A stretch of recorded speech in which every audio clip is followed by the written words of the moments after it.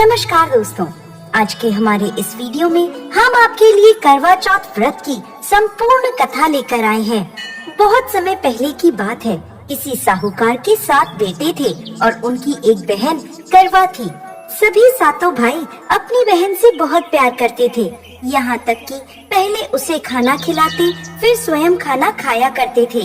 एक दिन जब करवा चौथ का व्रत आया तो करवा अपने ससुराल से मायके आई हुई थी। शाम को जब भाई खाना खाने बैठे तो अपनी बहन से भी खाने का आग्रह करने लगे, लेकिन बहन ने बताया कि आज उसका करवा चौथ का निर्जला व्रत है और वह खाना चंद्रमा को अर्घ देकर ही खाएगी। अपनी बहन को भूख प्यास से व्याकुल देख सबसे छोटे भाई ने पहाड़ी पर जाकर एक दीपक जला दिया और उसे चलने की ओट में रख दिया। वापस आकर अपनी बहन से कहने लगा, बहन चांद निकल गया है, तुम अर्घ देकर खाना खा लो। करवा भागी भागी अपनी भाभियों के पास गई और कहने लगी, भाभी चलो चांद निकल गया, अर्घ देकर खाना खाते हैं। भाभियां सारी बात जानती थी। वो बोली, बाईसा अभी आपका चांद निकला है, आप अर्घ देकर खाना खा लो, हमारा चांद निकलने में अभी समय है। करवा भोली भाली भाभियों की ये बात नहीं समझ पाई और चांद को अर्घ देकर खाना खाने बैठ गई। जैसे ही पहला निवाला तोड़ा तो उसे छींक आ गई, दूसरा निवाला तोड़ा तो उसमें बाल निकल आया और तीसरा निवाला तोड़ते ही उसके ससुराल से खबर आ गई कि जैसे भी हालत में है तुरंत अपने ससुराल पहुँचे। सेठानी करवा को विदा करने के लिए जैसे ही कपड़े निकालने लगी तो कभी उसके हाथ में काला कपड़ा आए तो कभी सफेद। ये देखकर सेठानी को बहुत चिंता हुई और वह करवा से बोली, बेटा रास्ते में जो भी मिले उन सबके पैर छूती जाना, जो भी तुझे बूढ़ सुहागन होने का आशीर्वाद दे तो वहीं अपने पल्ले में गांठ बांध लेना। माँ की ये बात सुनकर करवा अपने ससुराल के लिए निकल गई। रास्ते में जो भी मिला करवा उन सबके पैर छूती गई। सभी उसे खुश रहो सुखी रहो यह आशीर्वाद देते रहे, लेकिन किसी ने भी उसे बूढ़ सुहागन होने का आशीर्वाद नहीं दिया। अब करवा जैसे ही अपने ससुराल पहुंची तो घर के आंगन में छोटी ननद खेल रही थी।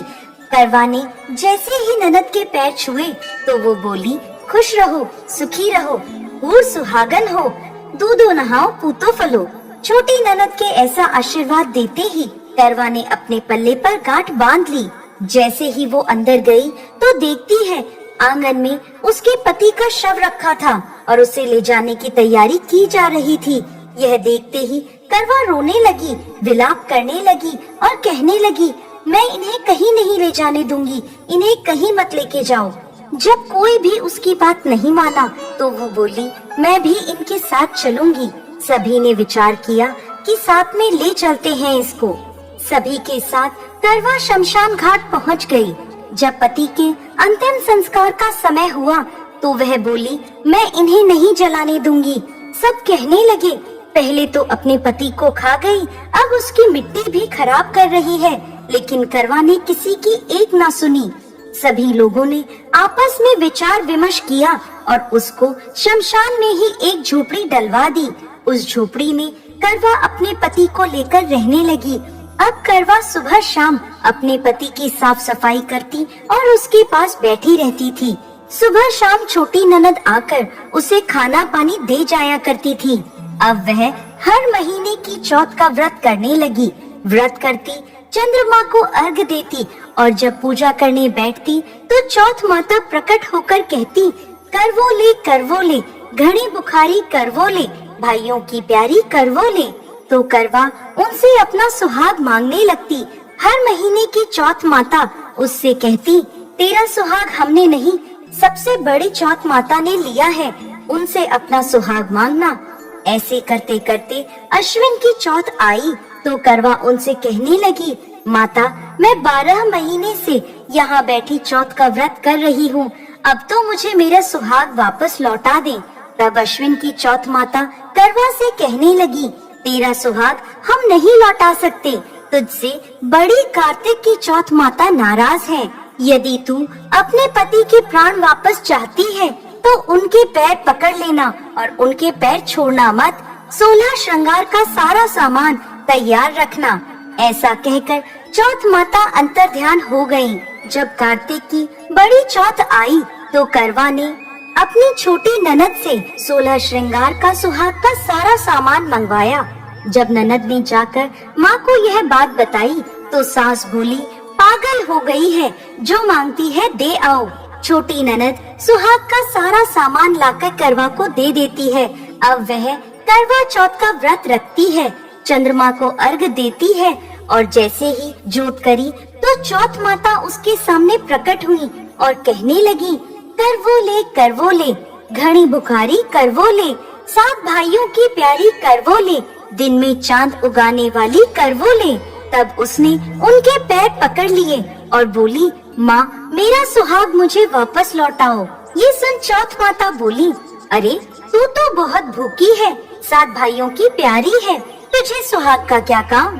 तो करवा कहने लगी, नहीं माता, मुझसे बहुत बड़ा पाप हो गया, मेरे सुहाग को मुझे वापस लौटा दो माता। मैं आपके पैर तब तक नहीं छोड़ूंगी जब तक आप मेरा सुहाग मुझे वापस नहीं लौटाती।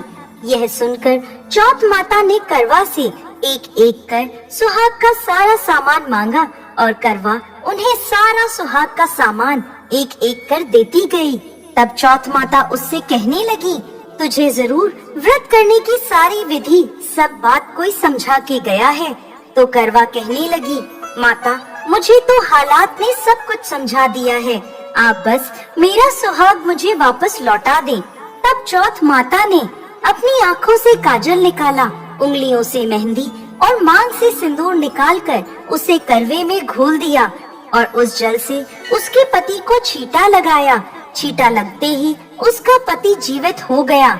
जाते जाते चौथ माता उसकी झोपड़ी पर लात मार गई, जिससे उसकी झोपड़ी महल में बदल गई। करवा के सब सुख आनंद हो गया। शाम को जब छोटी ननद भाभी के लिए खाना लेकर आई तो देखती है कि भाभी की झोपड़ी तो कहीं है ही नहीं, उसकी जगह एक बड़ा सा महल खड़ा है। उधर करवा खिड़की में बैठी छोटी ननद के आने की प्रतीक्षा कर रही थी। छोटी ननद को आता देख करवा दौड़ी दौड़ी उसके पास गई और कहने लगी, देखो बाईसा, आपका भाई जीवित हो गया, घर जाओ और माता जी से कहो कि गाजे बाजे के साथ हमें लेने आए। छोटी ननद दौड़ी दौड़ी माँ के पास गई और कहने लगी, माँ भाई जीवित हो गया। माँ कहने लगी, अब तक तो वो भाभी ही थी, अब तेरा भी उसके साथ साथ दिमाग खराब हो गया है। तो वह बोली, नहीं नहीं माँ, मैंने अपनी आँखों से देखा है, भाई जीवित हो गया है। ये सुन माँ और बेटी दोनों गाजे बाजे के साथ अपने बेटे और बहू के पास पहुँचे। बेटे को जीवित देख सास बहू के पैर छूने लगी और बहू सास के पैर छूने लगी और कहने लगी, माताजी देखो आपका बेटा जीवित हो गया। तो सास बोली, बहू मेरा बेटा नहीं, तेरा पति जीवित हो गया, मैंने तो साल भर पहले ही इसका अंतिम संस्कार कर दिया था, ये तो तेरे भाग्य से वापस आया है। हे चौथ माता, जैसी पहले साहूकार की बेटी के साथ करी वैसे किसी के साथ मत करना, और बाद में जैसे करवा के पति को लंबी आयु दी वैसे ही इस कथा को कहने वाले, सुनने वाले और होकारा भरने वाले सब पर कृपा करना। जय चौथ माता।